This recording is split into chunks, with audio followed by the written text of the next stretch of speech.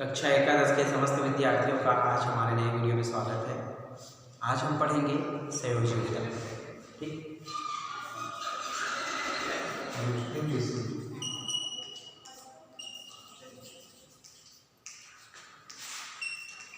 आज हमको देखना है संयोजी उत्तर के बारे में। संयोजी तो आपका एक होता है कंकाली पेशी उत्तर। ठीक, कंकाली पेशी मतलब क्या होता है? कंकाली मतलब हड्डी। ठीक, जितने भी आपके शरीर में क्या होती है? हड्डियां हैं। आपके शरीर में क्या है? हड्डियां हैं। वो जितने भी हड्डियां क्या होती है? ऊतकों से मिलकर बनी होती है हड्डियां भी। ठीक है, तो हड्डी क्या होती है? ऊतकों से मिलकर बनेगी। तो ऐसे ऊतक जो हड्डियों का निर्माण करती है, उन हड्डियों को छोड़कर ठीक जो मध्य चर्म से विकसित होंगी, उन सारी हड्डियों को हम लोग क्या बोलेंगे? सारी ऊतकों को क्या बोलेंगे? संयोजी ऊतक। तो ऐसे ऊतक जिसमें कंकाली पेशी को छोड़ दिया जाता है या कंकाली पेशी ऊतक को छोड़कर मध्य चर्म से जितनी भी ऊतक क्या होंगी? विकसित होंगी, वो क्या कहलाएंगी? आपकी संयोजी ऊतक। ठीक है, क्या होगा? कंकाली पेशी ऊतक को छोड़कर कंकाली पेशी ऊतक को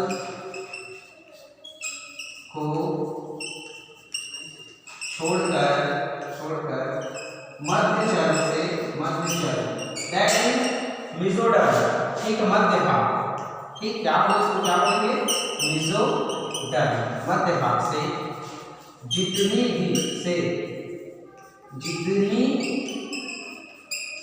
भी ऊतकों का निर्माण होगा, अन्य ऊतकों का निर्माण होगा, कंकाली पेशी ऊतकों का निर्माण होगा, वो आपका क्या कहलाएगा? का निर्माण होगा, वह आपका क्या कहलाएगा?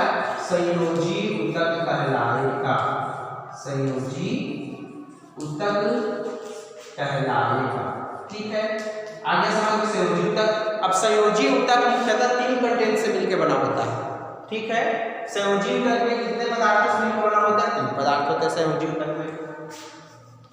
संयोजी ऊतक, ठीक है, इसमें कितने पदार्थ मिलकर बने होते हैं? 3 पदार्थ। पहला आपका होता है मैट्रिक्स, जिसको हम लोग बोलते हैं आधात्री। ठीक है, दूसरा होता है द्रव पदार्थ, तीसरा होता है ठोस पदार्थ। ठीक है, ये 3 कणों से मिलकर क्या बना होता है आपका? ये ठोस नहीं होता है, यहाँ होगा फाइबर्स होगा और सेल होगा। ठीक है, फाइबर्स होगा। क्या होगा यहाँ पे? फाइबर्स होगा और चौथा होगा आपका कोशिका या क्या होगा? सेल होगा। ठीक है, आधात्री, फाइबर्स और कोशिका, ये तीनों से मिलकर किसका निर्माण होता है? आपका संयोजी ऊतक का। तो संयोजी ऊतक में क्या होगा? 3 पदार्थ पाए जाएंगे। पहला आधात्री, दूसरा फाइबर, तीसरा कोशिका। ठीक है, तो आधात्री क्या होंगे? जो रंगहीन, ठीक, रंगहीन या व्हाइट कलर बोल देंगे या रंगहीन बोल सकते। ठीक है, सफेद जो गाढ़े द्रव होंगे वो क्या कहलाएंगे? आधात्री। और जो उसमें छोटे छोटे तंतुमय संरचना होंगे फाइबर, वो संरचना क्या कहलाएगी? आपकी फाइबर। और थर्ड जो भी कोशिकाएं होंगी जिससे मिलकर पूरा ऊतक का निर्माण होगा, जोड़ेंगे एक दूसरे को, वो आपकी क्या कहलाएंगी? सेल्स कहलाएंगी। ठीक है, चलिए इसके बाद हम लोग आगे बढ़ते हैं। तो हम लोग अब उसका क्या देखेंगे? हम लोग यहाँ पर उसका कार्य देखेंगे। ठीक है, चलिए इसका मुख्यतः 3 कार्य बुक में दिया गया है। हम लोग 3 कार्य इसके बारे में पढ़ेंगे। पहला कार्य क्या होगा? यह यथास्थान क्या करेगा? आपकी जो बॉडी की जो मसल है उसको बनाए रखता है। जो बॉडी की मसल जिस स्थान पे है, ठीक है, जो ऊतक जिस स्थान पे है उस स्थान पे उसको स्वनियंत्रित करने का कार्य करता है, मतलब उसी स्थान पे रखेगा। ठीक है, इधर उधर फैलने या फिर ये चीज होने नहीं देता है। ठीक है, पहला हो गया यथास्थान बनाए रखता है। इसको ऊतकों को, ठीक, ऊतकों को यथास्थान बनाए रखता है। पहला हो गया रखता है। दूसरा क्या होगा? इसको यह क्या करता है? संवहन का कार्य करता है। ठीक है, संवहन का कार्य करता है तथा रोग फैलाने वाले कारकों से बचाता है। रोग फैलाने वाले कारकों से बचाता है। रोग फैलाने वाले कारकों से बचाता है। कारकों से नहीं करता। ठीक है, बचाता है, सेव करता है। थर्ड इसका क्या होगा? थर्ड इसका ये देख सकते हैं। थर्ड होगा इसका यह क्या करता है? आंतरिक अंगों की क्या करता है? सुरक्षा करता है। ठीक है, तो आप यहाँ पे देख सकते हैं आंतरिक ऊतकों की सुरक्षा करेगा। आंतरिक ऊतकों की सुरक्षा करता है। ठीक है, ऊतकों की सुरक्षा करता है। सुरक्षा करता है। तो मैंने सबसे आपको टॉपिक अभी क्या देखा हम लोगों ने, कनेक्टिव टिश्यू, दैट मींस संयोजी ऊतक। मैंने बताया सर्वप्रथम कि संयोजी ऊतक किससे मिलकर बना होता है, अधात्री से मिलकर बना होता है, फाइबर्स और कोशिका, ये तीन क्या होते हैं, पदार्थ होते हैं। अधात्री क्या होता है, जो गाढ़े हल्के द्रव होते हैं, अधात्री कहलाते हैं। फाइबर्स क्या होते हैं, उसमें रेखित जो छोटी छोटी तंतु होती है, फाइबर्स कहलाती है। और उसमें जो कोशिका है वो छोटी छोटी सभी दोनों को जोड़ने का कार्य करती कोशिका कहलाती है, ठीक। और संयोजी ऊतक का निर्माण करती है कोशिका मिलकर। फिर आता है उसकी परिभाषा। परिभाषा में मैंने क्या देखा आपको बता दिया। परिभाषा में मैंने आपको बताया कि कंकाली पेशी ऊतक को छोड़कर मेसोडर्म से जितनी भी ऊतकों का निर्माण होगा वो क्या कहलाएगी, आपकी संयोजी ऊतक कहलाएगी। यहाँ पर उसका परिभाषा बता दिया। फिर थर्ड में उसका क्या होता है, कार्य। ऊतकों को यथास्थान बनाए रखने का कार्य करता है कि जो ऊतक जहाँ पे है उसको वहीं पे वो बनाए रखेगा। सेकंड क्या देखेंगे, संवहन या रोग फैलाने वाले कारकों को देखा जाएगा। थर्ड क्या होगा, आंतरिक ऊतकों की वो सुरक्षा करता है, ठीक है। चलिए इसके बाद हम लोग देखते हैं नेक्स्ट टॉपिक। अब हम देखते हैं संयोजी ऊतकों के प्रकार, कि कितने प्रकार से होते हैं आपके संयोजी ऊतक, ठीक है। ये मेनली 3 प्रकार के होते हैं संयोजी ऊतक। फर्स्ट आपका क्या होता है जी, सरल संयोजी ऊतक। क्या होता है, सरल संयोजी ऊतक। दूसरा होता है आपका संयुक्त या तंतुमय संयोजी ऊतक। तीसरा आपका होता है ठीक या तंतुमय, ठीक है। तीसरा आपका होता है विशिष्ट संयोजी ऊतक, ठीक है, विशिष्ट संयोजी ऊतक, ठीक है, विशिष्ट संयोजी ऊतक। ये मुख्यतः संयोजी ऊतक कितने प्रकार के होते हैं, 3 प्रकार के होते हैं। पहला होता है आपका सरल संयोजी ऊतक, दूसरा होता है संयुक्त संयोजी ऊतक, संयुक्त या तंतुमय संयोजी ऊतक, तीसरा आपका क्या होता है जी, विशिष्ट संयोजी ऊतक, ठीक है। चलिए तो तंतुमय संयोजी ऊतक में 2 प्रकार होते हैं। एक होता है श्वेत संयोजी ऊतक, श्वेत तंतु ऊतक होता है, और दूसरा होता है पीला तंतु ऊतक होता है, ठीक है। ये 2 प्रकार होते हैं। किसके होते हैं आपके, तंतुमय या फिर तंतुवत या फिर तंतुमय संयोजी ऊतक के कितने प्रकार, 2। पहला श्वेत तंतुमय, दूसरा पीला होता है, ठीक है। चलिए इसके बाद हम लोग क्या देखेंगे, सामान्य संयोजी ऊतक के तंतु और कोशिकाएं। ये भी 2 प्रकार की मुख्यतः, एक होता है तंतु कोशिका तंतु ऊतक होता है, एक होता है कोशिकाओं वाले संयोजी ऊतक, ठीक है। इसके अंतर्गत में इनको बहुत सारे प्रकार हैं। सबसे पहले हम लोग क्या देखेंगे, सरल संयोजी ऊतक के बारे में देखेंगे क्या क्या है, ठीक है। चलिए या फिर हम लोग क्या देख लेते हैं, ये पीले संयोजी ऊतक के बारे में देख लेते हैं। आइए देखते हैं यहाँ पे हम देखेंगे पीले तंतु ऊतक और क्या देखेंगे, श्वेत तंतु। तो पीले तंतु ऊतक यहाँ पे लिखा गया है सामूहिक बंडल में विन्यासित नहीं रहते हैं, मतलब जो उसके बंडल के रूप में क्या रहेंगे, वो प्रेजेंट नहीं रहेंगे। विन्यास कैसा रहेगा, नॉर्मल रहेगा, बंडल के रूप में विन्यासित नहीं रहेंगे। दूसरा क्या होंगे, ये शाखित होंगे और पीले रंग के होंगे, और महीन क्या होते हैं, पतले होते हैं और लचीले भी होते हैं, ठीक। कौन से तंतु, पीले तंतु में ऊतक क्या होंगे, आपका लचीला होगा। फिर क्या होगा, मोस्ट इंपोर्टेंट है क्या होगा, यह इलास्टिक प्रोटीन की बनी होती है। इलास्टिसिटी का गुण मतलब समझते हो, तन्यता का गुण। तो जो क्या होगा, जो लचीलापन रहेगा उसमें इलास्टिसिटी गुण होगा कि नहीं होगा, होगा। इसलिए क्या होते हैं, इलास्टिक प्रोटीन के बने होते हैं। जस्ट सेकंड आते हैं हम लोग श्वेत तंतु में, ठीक। तो श्वेत तंतु में क्या होंगे, ये कड़े होंगे, अशाखित होंगे, लहरादार होंगे। और इसमें मोस्ट इंपोर्टेंट चीज क्या रहेगा, इसमें कौन सा प्रोटीन आएगा, कोलेजन नामक प्रोटीन पाया जाता है, ठीक। कौन सा प्रोटीन पाया जाता है, इसमें कोलेजन नामक प्रोटीन पाया जाता है। चलिए इसके बाद हम लोग देखते हैं मास्ट सेल, ठीक है। क्या है, मास्ट सेल या मास्ट कोशिकाएं, ठीक है।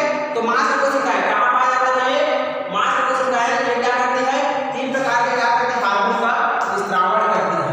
मास्ट कोशिकाएं क्या करती है, 3 प्रकार के हार्मोन का स्रावन करती है। कहाँ पाया जाता है, आपके रुधिर वाहिनियों में पाया जाता है। कहाँ पाया जाता है, मास्ट कोशिकाएं रुधिर वाहिनियों में पाया जाता है और 3 प्रकार के हार्मोन का स्रावन करता है।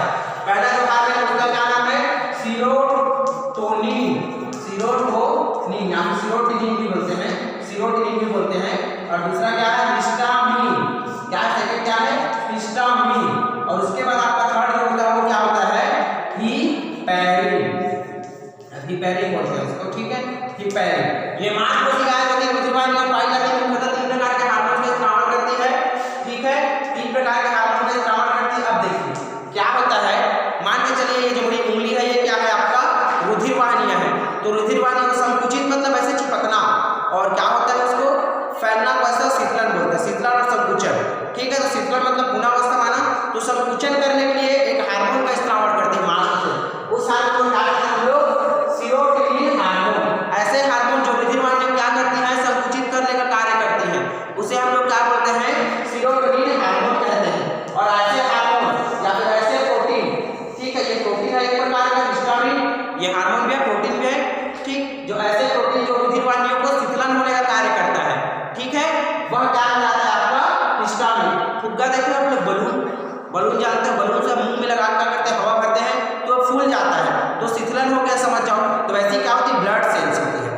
रुधिर वाहिकाएं होती है। तो उसमें जब शीतलन का अवस्था होता है उसमें हिस्टामिन का यूज करते हैं, हिस्टामिन हार्मोन उत्सर्जित होती है और दोनों ब्लड मतलब सॉरी क्या होता है रुधिर वाहिका में बहने वाले ब्लड को जम ना जाए करके, ठीक, इसका स्रावित करती है हिपैरिन नामक हार्मोन का स्रावित करती है। एंजाइम का हिपैरिन नामक हार्मोन का स्रावित करती है कौन? मास्ट कोशिकाएं। समझ में आया?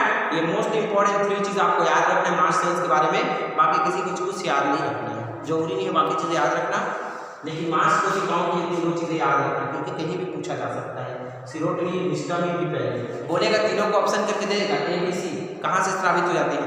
मास्ट सेल से, पीले तंतु से, श्वेत तंतु से। तो आप अगर मास्ट सेल पढ़ रहे हो तो आपको ये हमेशा याद रहेगा, ठीक है। चलिए इसके बाद हम लोग देखेंगे अब प्लाज्मा कोशिकाएं। इसके बारे में हमको देखना है प्लाज्मा कोशिकाएं,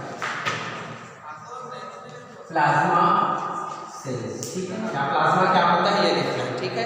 प्लाज्मा कोशिकाएं तो ये क्या होती है? ये बड़ी गोलाकार होती है, बड़ी गोलाकार अंडाकार। ये क्या है? इसका शेप है, ठीक। ये क्या है? इसका शेप है। ये क्या है? इसका शेप है मतलब आकार। इसका कार्य क्या होता है? मुख्यतः कार्य प्रतिरक्षा तंत्र का निर्माण करती है, प्रतिरक्षा तंत्र का निर्माण करती है। कौन निर्माण करती है? आपकी प्लाज्मा सेल्स इसका निर्माण करती है, प्रतिरक्षा तंत्र का निर्माण करती है, ठीक है। और ये क्या करती है?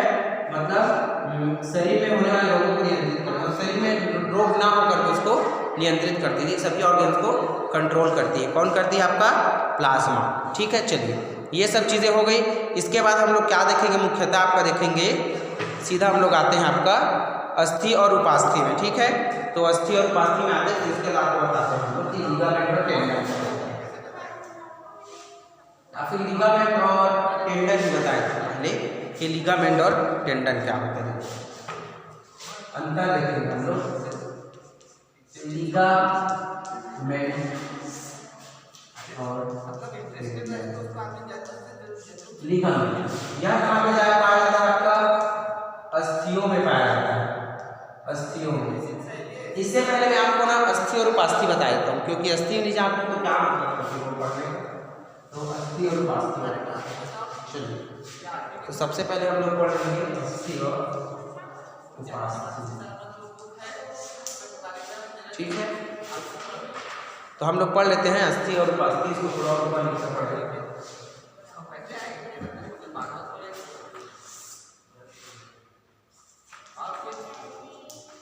उपास्थि और तो देखो मैं आपको जनरल चीज बता दूं, कान जो होती है, कान का कितना भी ऐसे तो मोड़ लो उतना दर्द नहीं देता है, लेकिन आप उंगली को मोड़ोगे तो दर्द देगा कि नहीं देगा? उंगली इंसान जब ऐसे उंगली को फोड़ने का भी कोशिश करता है, देखो कितना दर्द देता है। तो वो क्या है? आपकी ये अस्थियां हैं, ये क्या है? उपास्थि है। मतलब ये लचीली है कि नहीं है, और ये क्या है? कठोर होती है। तो सबसे पहले डिफरेंस क्या होगा? उपास्थियां जो होती है वो लचीली होती है, इलास्टिक तंतु होती है, और ये जो अस्थि जो होती है वो क्या होती है? लचीली नहीं होती है, ये क्या होती है? कठोर होती है, ठीक है। चलिए तो सबसे पहले आपका ये क्या होगा? उपास्थि जो क्या होता है? लचीली,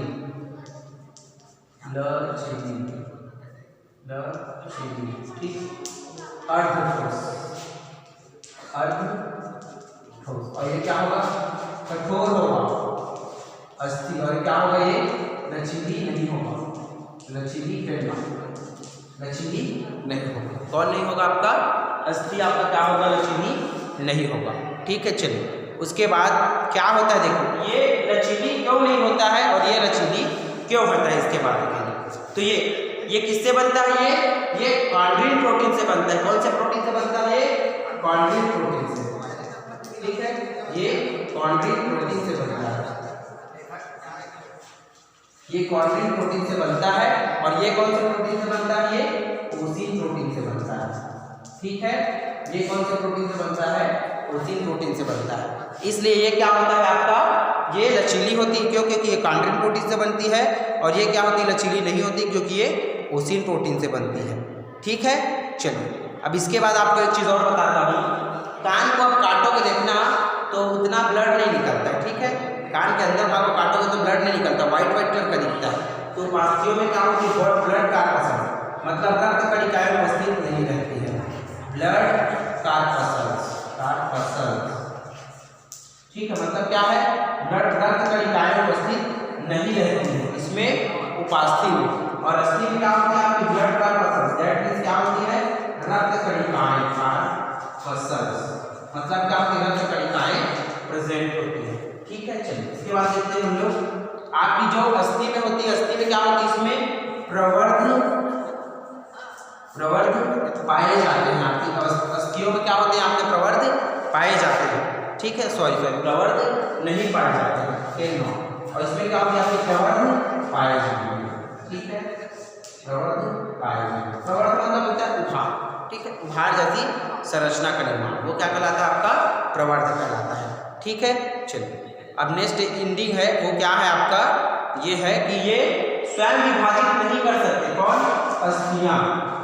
अस्थियां क्या होती हैं, स्वयं विभाजित नहीं कर सकते। अस्थियां स्वयं विभाजित नहीं कर सकते, स्वयं विभाजित कर वृद्धि नहीं कर सकते, स्वयं विभाजित कर वृद्धि नहीं कर सकते। कौन, अस्थियां। ठीक है, और ये क्या होती है, स्वयं विभाजित कर वृद्धि कर सकती है, स्वयं विभाजित कर वृद्धि कर सकती है। कौन, आपकी उपास्थि। ठीक है, चलिए तो ये बेसिक अंतर क्या है आपका, अस्थि और उपास्थि। ठीक है, चलिए इसके बाद हम लोग देखेंगे लिगामेंट और टेंडन। तो बस इसमें ये जान लो आपका कि जो लिगामेंट जो रहता है वो किसमें रहता है आपका, उपास्थि में रहता है, ये जान लो। और टेंडन किसमें रहता है, ये जान लो आप, किसमें रहता है आपका टेंडन जो रहता है वो अस्थि में रहता है। ठीक है, चलो सॉरी ये इसमें क्या रहता है आपका, टेंडन रहता है। इसमें कौन सा रहता है, टेंडन। यहाँ टेंडन, इसमें जो अधात्री पाया जाता है, इसमें जो द्रव का पदार्थ पाया जाता है उसको क्या बोलते हैं हम लोग, टेंडन बोलते हैं। क्या बोलते हैं, टेंडन।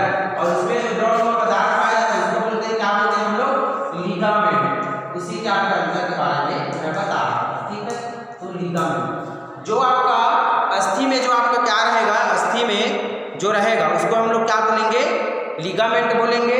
अस्थि में जो आपका द्रव पदार्थ धात्री रहेगा वो क्या कहलाएगा, लिगामेंट। और जो आपका उपास्थि में रहेगा वो आपका क्या कहलाएगा, टेंडन कहलाएगा। ठीक है, चलिए और ये कैसे कलर का होगा, सामान्यतः थोड़ा अस्थि का थोड़ा सा पीला कलर होगा, थोड़ा सा पीला कलर होगा। ठीक है, अस्थि का। और लिगामेंट में क्या होगा आपका जो है वो, टेंडन में क्या होगा आपका, वो प्योर व्हाइट कलर का होता है। ठीक, कैसा होगा, प्योर व्हाइट कलर का होगा, प्योर व्हाइट कलर का होगा। तो इस प्रकार ये लिगामेंट टेंडन भी हो गया और अस्थि और उपास्थि हो गया। चलिए इसके बाद देखते हैं हम लोग नेक्स्ट टॉपिक। आइए अब हम देखते हैं ब्लड कि रक्त क्या होता है। ठीक है, रक्त के बारे में हम देखेंगे। ये मनुष्यों के परिसंचरण तंत्र में भ्रमण करने वाला क्या होता है, मतलब घूमता है तो क्या हो, तरल संयोजी ऊतक, तरल संयोजी पदार्थ है। ठीक है, देखो रक्त जो होता है क्या होता है, वो नॉर्मली आपका तरल होता है और मनुष्य के पूरे शरीर में परिसंचरण तंत्र में घूमते रहता है, तो भ्रमण करता रहता है। तो मनुष्यों के परिसंचरण तंत्र, मनुष्यों के शरीर के परिसंचरण तंत्र, इसमें शरीर के परिसंचरण तंत्र में भ्रमण करने वाला, ठीक है, आपके बुक के हिसाब से बता रहा हूँ, भ्रमण करने वाला तरल संयोजी पदार्थ।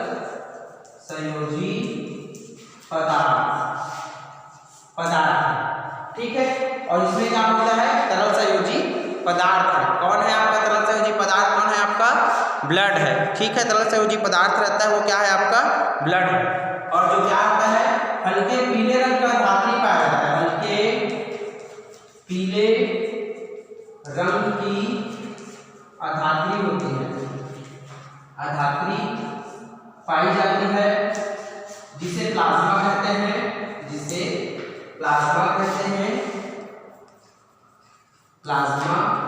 कहते हैं, और प्लाज्मा में क्या होगा, प्लाज्मा में छोटे छोटे कण पाए जाते हैं, छोटे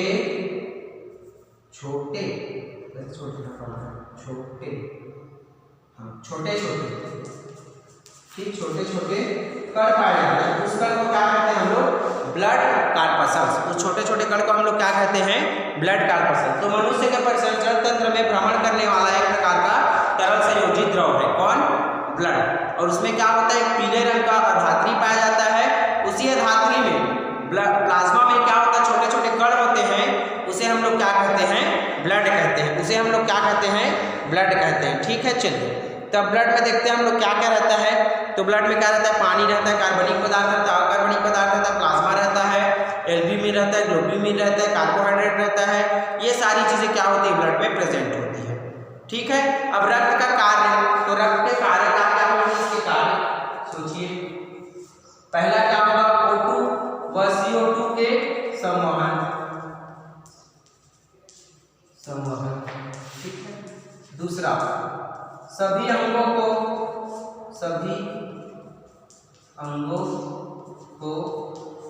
रक्त प्रदान करना, ठीक, सभी अंगों को रक्त का फैलाना, ठीक है। और तीसरा, शरीर में निश्चित दाब पैदा करना, शरीर में निश्चित क्या है, दाब पैदा करना, ठीक है। मतलब बीपी ये सब को क्या करेगा, वो कंट्रोल करके रखेगा, ठीक है। फिर शरीर का ताप का भी नियंत्रण करता है, शरीर का टेम्परेचर, ताप नियंत्रण करना, ठीक। तो ये सब क्या है, आपके ब्लड के कार्य, ठीक है। चलिए, शरीर का ताप नियंत्रण, कार्बन डाइऑक्साइड ऑक्सीजन का संवहन, ठीक है, हृदय दाब को बनाए रखना, शरीर के दाब को बनाए रखना, ताप का नियंत्रण, और जितने भी हार्मोन है, ब्लड जाएगा तभी तो काम करेगा, तो हार्मोन का संवहन करेगा, ठीक है। ये सब क्या है, आपके ब्लड के कार्य है, ठीक। इसके बाद आपका थोड़ा सा और बचा इस टॉपिक में, उसको मैं नेक्स्ट वीडियो में कंप्लीट कर दूंगा, या फिर आज ही इसको कंप्लीट कर देते हैं। चलिए, इसके बाद आप खुद पढ़ सकते हैं, क्योंकि आप लोगों ने ये तंत्रिका तंत्र तो आप लोगों ने 9वीं 10वीं में पढ़ाई होगा, तंत्रिका तंत्र, ठीक है। तो आप खुद से उसका डायग्राम बनाना है बस, और उसका जो थोड़ा बहुत कार्य होगा तो कार्य लिख सकते हैं, वरना तंत्रिका तंत्र का आप लोग डायग्राम बना सकते हैं, न्यूरॉन्स, डेंड्रॉन्स, ये सब बहुत ही सरल है। और रेखित अरेखित पेशियों में पढ़ सकते हो, हृदय पेशियाँ, ये पढ़ने से समझ में आ जाएगा, ठीक है। इसको नोट्स में कंप्लीट करना, और ये तिलचट्टा वाला भी पढ़ने की जरूरत नहीं, क्योंकि ये 12th में भी आप लोग के काम नहीं आएगा, ठीक है। तो आज का वीडियो यहीं तक रखते हैं, अब नेक्स्ट वीडियो में हम लोग नेक्स्ट पार्ट पढ़ेंगे, तब तक के लिए वंदे मातरम।